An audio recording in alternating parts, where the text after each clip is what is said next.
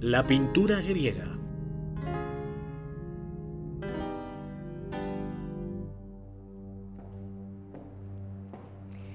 Para hablar de la pintura en la antigua Grecia es imprescindible hacerlo a través de la cerámica, ya que es en la decoración de ánforas, platos y vasijas donde más se desarrolló este arte.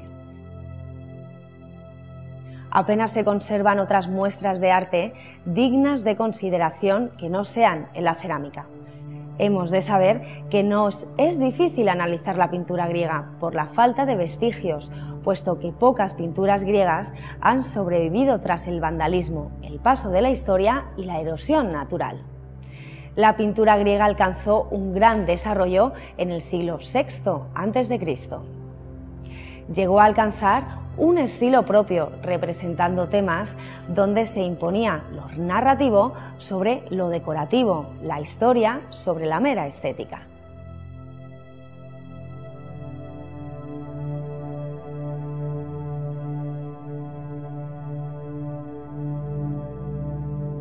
El arte griego nos muestra, ya en aquel entonces, conceptos estéticos que posteriormente predominarían en la cultura occidental.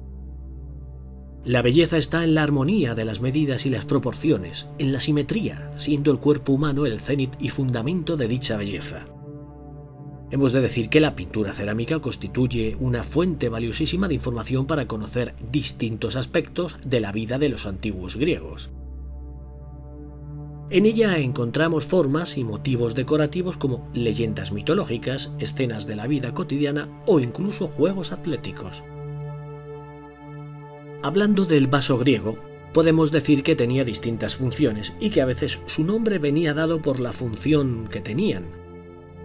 Podían ser empleados para el agua, para el vino, para los perfumes o incluso como vasos funerarios. Por el contrario, las vasijas recibían su nombre en griego de las partes del cuerpo humano a las que se asemejaban sus formas. Así podemos encontrar ánforas, cráteras, hidrias, etc.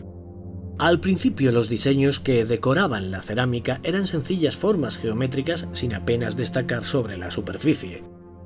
Posteriormente aparecieron los primeros dibujos de plantas y animales enmarcados por orlas denominadas meandros.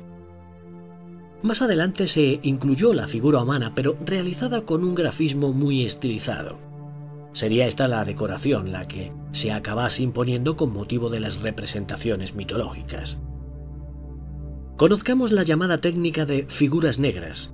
Es un estilo de pintura de cerámica griega en la que la decoración aparece pintada en negro sobre fondo rojo. La figura humana es la principal protagonista de esta época, junto con caballos y monstruos mitológicos. Los temas preferidos son la mitología y los juegos deportivos. Sabemos que los artistas de esta época ya firmaban sus obras y, en consecuencia, se pueden conocer a algunos de ellos, como por ejemplo Ezequías, que fue el pintor del vaso de Aquiles que vemos aquí, o Clitias, autor del vaso François. Por otro lado, la llamada cerámica de figuras rojas supuso una auténtica innovación tecnológica. Tenía el fondo negro y los dibujos en un tono amarillento. Vemos que se dibujaba en un pequeño relieve, por lo que la figura ganaba volumen. Era más precisa en los gestos y además tenía muchos detalles. Esta nueva técnica permitía una representación artística más próxima a la realidad. Devolvió la luz natural a las imágenes, en contraposición a la técnica anterior que jugaba más con las opacidades y las sombras. Las escenas se organizaban en franjas horizontales, lo que permitía seguir la lectura de la pintura simplemente girando la cerámica. Con el reemplazo del punzón por el pincel, el trazo se volvió mucho más exacto y detallista.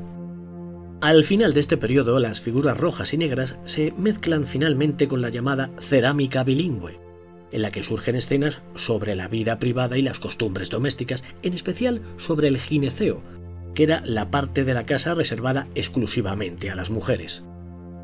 Como curiosidad, diremos que en la antigua Grecia, cuando las vasijas se rompían, se utilizaban los trozos para ejercer el voto. Este es el motivo por el que se han encontrado numerosas piezas de vasijas con nombres en su cara interna.